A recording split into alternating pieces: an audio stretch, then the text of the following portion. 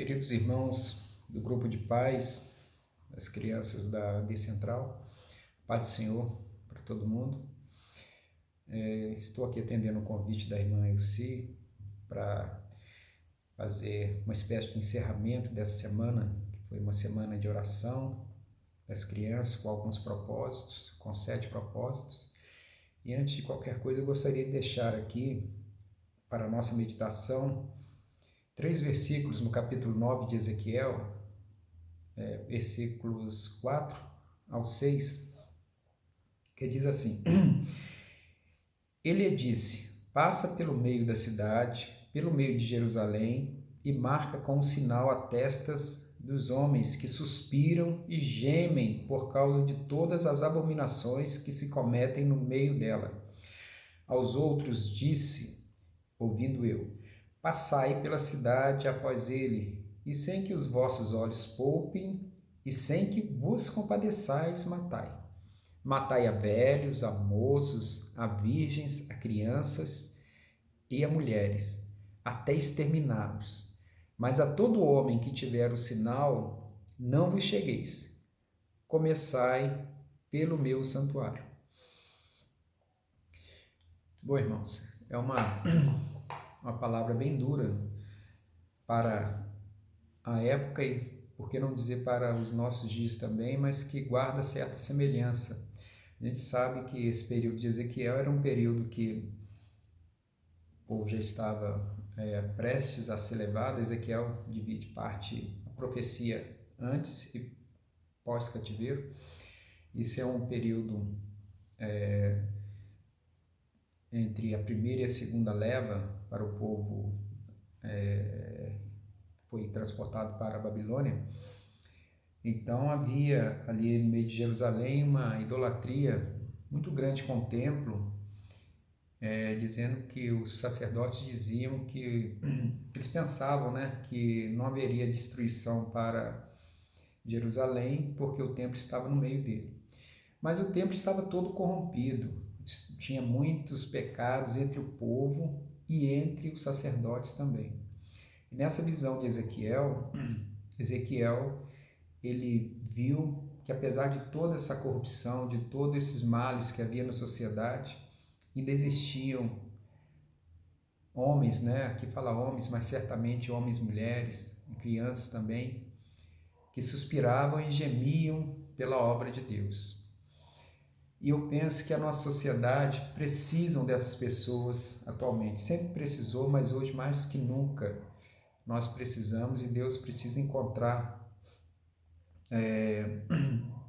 entre nós pessoas que estão nesta posição, pessoas que gemem pela obra, que suspiram pela obra. A gente, às vezes, eu fico pensando, olhando no meio da nossa congregação e vendo que às vezes, isso aí é eu julgando, posso estar errado, que muitas pessoas vão como espectadores para o culto, como se fosse ver um espetáculo, um teatro, cinema, alguma coisa assim, vai atrás de atrações e não tem esse envolvimento com a obra e a preocupação e o zelo com a obra de Deus. Aí, voltando especificamente para os alvos da oração da família, a gente vê que esses alvos de oração tem muito a ver com essas pessoas que se interessam pela obra. Aqui o primeiro alvo fala, orar pelo derramamento do Espírito. A outra, para que sejam alicerçados na palavra de Deus. O outro diz orar pela saúde emocional das crianças. E lá na letra F está escrito orar pela proteção contra os ataques do diabo. Isso tudo, irmãos, é motivo da gente interceder mesmo, pedir a Deus para que guarde a nossa família, e alicerce a nossa família na palavra de Deus, para que a gente possa, a cada dia, se preocupar mais com a obra e ter essa, por que não dizer, essa necessidade de intercessão mesmo, não só pela nossa família, mas pela igreja como um todo, pelo zelo da obra de Deus. Então é muito interessante, muito importante nós dedicarmos, né, debruçarmos sobre a importância desses alvos de oração e não ficar só na oratória, né? A gente colocar em prática isso. E aqui uma palavra especificamente para os pais, eu vejo muita importância no culto doméstico, irmãos. É importante que os irmãos, né, os pais de família, as mães de família, se preocupem com o culto doméstico, porque no culto doméstico a gente tem a oportunidade de colocar em prática tudo isso, né? No culto doméstico a gente vai abrir a palavra, ler a palavra, comentar a palavra, e como tem esses alvos aí colocados pela direção da igreja, é uma oportunidade de a gente externar isso para a criança, né? Para a criança, para o adolescente, para que eles possam, na hora da oração, interceder por isso. É uma forma até de a gente ensiná-los a interceder. E é muito interessante o culto doméstico na integração da família. A gente vê que hoje as famílias, eu acho errado colocar um celular na mão de uma criança, mas eu vejo a maioria das famílias, a criança nem sabe ler, já tem um celular e já tem mídia, já tem o WhatsApp, já tem o Facebook, já posta, já conversa com pessoas da família e, claro, né, com pessoas também que não são da família. E isso é muito perigoso, muito perigoso. Aqui em casa, o meu pequeno, ele não tem celular, só vai ter celular depois que ele tiver, eu achar que ele tem algumas responsabilidades. E eu sempre fico policiando também os meus adolescentes, né? Tem 2 aqui. Mas o que eu vejo, né, o que eu queria destacar principal é a questão de que, pelo fato de cada um ter o seu celular, cada um fica isolado no seu mundo. Então, às vezes, mesmo estando a família reunida, ou todos dentro de casa, cada um fica no seu mundo. Aqui cada um tem um quarto, mas se ele tivesse quarto, cada um ficaria num canto da casa, isolado no seu mundo do celular. Tem a sua turminha, tem o seu bate-papo, tem o seu grupo de interesse. Então, às vezes, passa-se o dia inteiro sem que a gente possa ter uma confraternização da família, uma união, uma conversa. Aqui, eu vejo que aqui em casa, a hora do culto doméstico que a gente reserva aqui, claro que não são todos os dias, eu não vou ser hipócrita de falar que a gente faz todos os dias, mas sempre que a gente pode, só quando a gente não pode mesmo, ou então nos dias de culto, às quintas-feiras, por exemplo, e aos domingos que eu não posso ir na igreja, esse período a gente não faz o nosso culto doméstico, a gente assiste o culto online da igreja. Mas é muito interessante, e a gente faz isso aqui, vocês reservarem esse período, porque é nesse período que está a família reunida, que você pode reunir a família. Aí é claro que você vai falar da palavra de Deus, é claro que você vai entoar louvores, é claro que você vai orar, mas também é o momento de você reunir a família e de, às vezes, você ter uma conversa que você não teve oportunidade durante o dia, de confraternizar, de você ter essa socialização. Por incrível que pareça, as famílias estão precisando de socialização. Então, a experiência que eu tenho, e pode a minha experiência não ser a mesma experiência que os irmãos vão ter, mas a experiência que eu tenho é o seguinte: a hora do culto não é aquele momento de liturgia rígida que tem que seguir aqueles padrões ali. Tantos hinos, tantos versículos e tanto de oração. Não, apesar que a gente segue uma liturgia.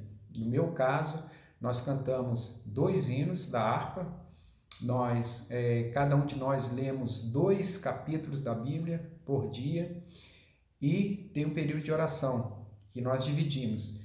Como são 4 aqui com capacidade de oração, então um dia 2 horas e os outros 2, né, ficam meditando e confirmando. E no outro dia, aqueles outros 2 que vão orar. A gente segue esse tipo de liturgia, mas não é uma liturgia rígida. Nós abrimos espaço para conversar coisas do cotidiano, por exemplo, coisas de família mesmo, que infelizmente antigamente tinha-se um momento de refeição que se reunia e se falava isso. Hoje já está mais, não existe mais esse momento de todos sentarem à mesa para conversar. Então, no momento do culto doméstico, você pode fazer isso. Isso é muito interessante, muito salutar. É um momento até de você fortalecer mais esses laços familiares. Irmãos, o culto doméstico é uma bênção. Então, eu recomendo para os irmãos, façam isso. Eu sei que nem todos têm tempo de fazer, né? Muitas famílias, pelo trabalho, pelo estudo, não têm condição de reunir, mas as que puderem, façam isso. E orem, né? Sempre é importante ter esses objetivos, esses alvos de oração que foram colocados agora, e outros também, não só esses alvos, digamos assim, coletivo, mas alvos individuais para uma pessoa da sua família, né? Por alguém que está ali, por um momento de dificuldade que um familiar está passando mesmo, ou na escola, ou no trabalho, ou momento da vida mesmo. Enfim, é importante a gente ter esses propósitos de oração. Então, eu já me alonguei muito, peço perdão aos irmãos, passei muito do tempo, eu acho que, irmã Ilse me perdoa pelo excesso aqui do tempo, e agora eu gostaria de reforçar, né, essa necessidade dos irmãos estarem orando, e esses alvos de oração, eles, para mim, fica fácil, porque eu tenho esse momento do culto doméstico. Então, é uma sugestão, até para a gente poder orar por esses alvos. Quem já tem o culto doméstico, fica mais fácil de fazer essas orações, de fazer essas intercessões. Quem não tem, fica difícil, né? Porque às vezes vai orar individualmente, uma hora num horário, outra hora em outro, fica um pouco difícil, mas mesmo assim, se esforcem, né? Orem, dedique pelo menos. Eu vou orar 1 hora, não precisa de orar 1 hora. Você ora 1 minuto. Coloque no seu um propósito de orar 1 minuto. Porque você orando 1 minuto, você começando a orar 1 minuto, daqui a pouco você ora 2, você ora 3, você ora 4. Mas você não fica naquela responsabilidade de orar 15 minutos, meia hora. Como já diz um velho provérbio chinês, né? Toda grande caminhada, toda grande jornada começa com o primeiro passo. Então você dedique, coloque um propósito, vou orar 1 minuto. Marque no seu relógio. Não tem problema às vezes você orar de olho aberto, mas olhando o relógio, não tem problema. O importante é você começar. E começando, você vai adquirindo um hábito de orar. Então, já que estamos falando em oração, eu gostaria de orar pedindo a Deus para que Ele continue abençoando cada um dos pais, né? Principalmente as mães que são guerreiras, as mães aqui praticamente, eu sei que tem muito pai dedicado, mas as mães são guerreiras mesmo, elas abraçam essa causa e elas ensinam mesmo as crianças, que estão de parabéns.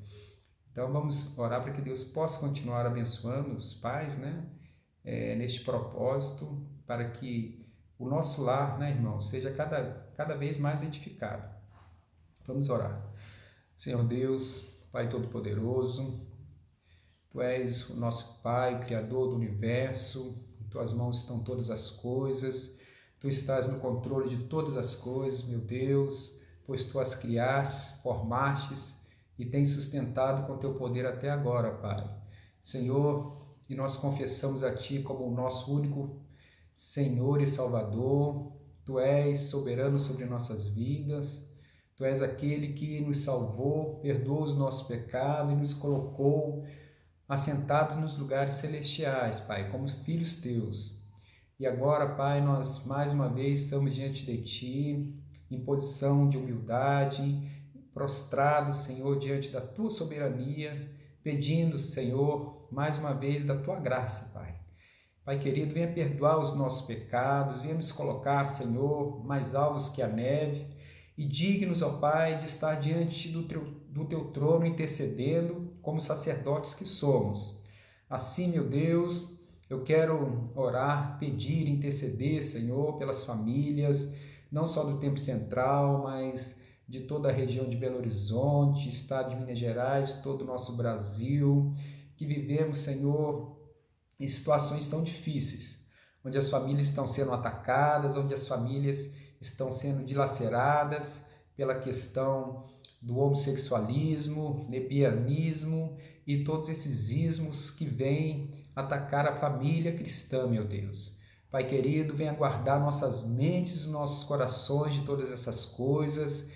Venha, Senhor, colocar, Senhor, o teu manto sobre as nossas vidas, nos protegendo de todas essas coisas, Pai.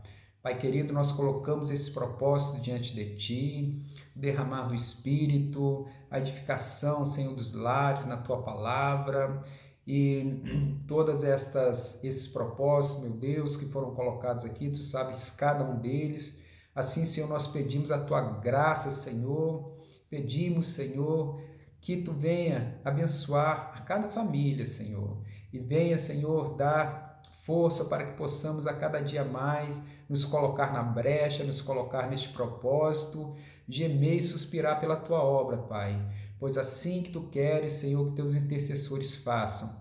Abençoa, Senhor, as professoras que estão, Senhor, nessa labuta diária para procurar conteúdos, para procurar formas, Senhor, de passar esses conteúdos para a criança, e que Tu possa a cada dia abençoar essa classe, Senhor, de escola dominical para as crianças, Pai. Continua abençoando as professoras e dando graça aos pais também. Sabedoria, Senhor, principalmente sabedoria para cada um de nós conduzirmos a nossa família, a nossa vida individual e da nossa família também. É o que nós te pedimos em nome de Jesus. Te agradecemos. Amém. Então, meus irmãos, que os irmãos possam continuar nesse propósito. É essa mensagem que eu gostaria de deixar para os irmãos para o encerramento dessa semana. Amém? Pai do Senhor.